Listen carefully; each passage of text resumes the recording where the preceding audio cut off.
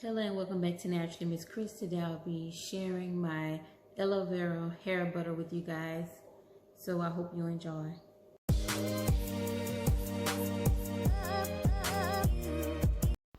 I began by cutting my aloe vera into pieces, which will make it easier to access the gel.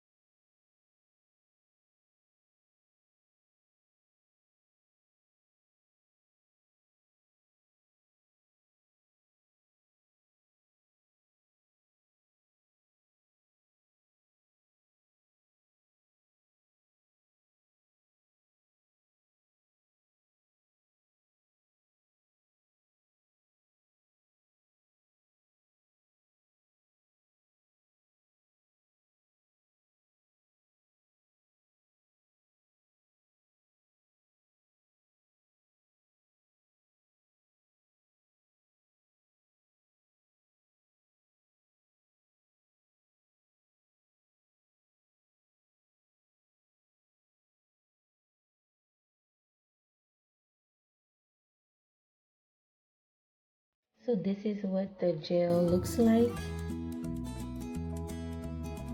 Once I've scooped out all my aloe vera gel, I add it into a blender and blend it until it has a juice consistency.